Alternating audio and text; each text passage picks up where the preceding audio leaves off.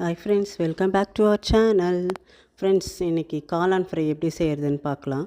அதுக்கு தேவையான பொருளெல்லாம் பார்க்கலாம். ஃபஸ்ட்டு 2 பேக்கெட் காளான், கொஞ்சம் வெங்காயம், தக்காளி, பச்சை மிளகா, இஞ்சி பூண்டு பேஸ்ட்டு, கொத்தமல்லி, கறிவேப்பிலை இதெல்லாம் எடுத்து வச்சுக்கிட்டு கடாயில் எண்ணெய் ஊற்றிட்டு கடுகு, கறிவேப்பிலை, வெங்காயம் போட்டு நல்லா வதக்கணும். வெங்காயம் பாதி வதங்கும் போதே அதில் மசாலா பொருள் சேர்த்துருங்க. மிளகாத்தூள், மஞ்சள் தூள், உப்பு, தனியாத்தூள் எல்லாம் போட்டு நல்லா பெரட்டிட்டு அதுக்கு மேலே தக்காளி, இஞ்சி பூண்டு பேஸ்ட்டு போட்டு அதையும் நல்லா வதக்கணும். அது நல்லா வதக்கி வர ஸ்டேஜில் தான் நம்ம காளான் போடணும்.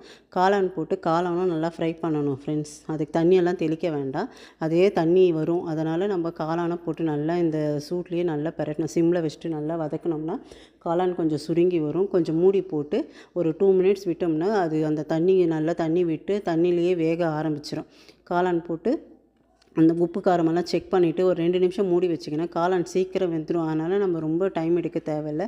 இப்போ நல்லா காளான் போட்டு வதக்கிட்டேன் ஃப்ரெண்ட்ஸ். மூடி போட்டு வச்சுட்டு ஒரு 2 நிமிஷம் கழித்து நீங்கள் மூடி திறந்து பார்த்தீங்கன்னா கொஞ்சம் தண்ணியாக இருக்கும். அந்த மூடியை தனியாகவே வச்சுட்டு மூடி இல்லாமல் வதக்குங்க. கொஞ்சம் நேரம் மூடி இல்லாமல் வதக்குனிங்கன்னா அது தண்ணியெல்லாம் நல்லா வற்றி நல்லா காளான் வெந்துடும். நம்ம எடுத்து வச்சு சாப்பிட்றதுக்கு நல்லாயிருக்கும் ஃப்ரெண்ட்ஸ்.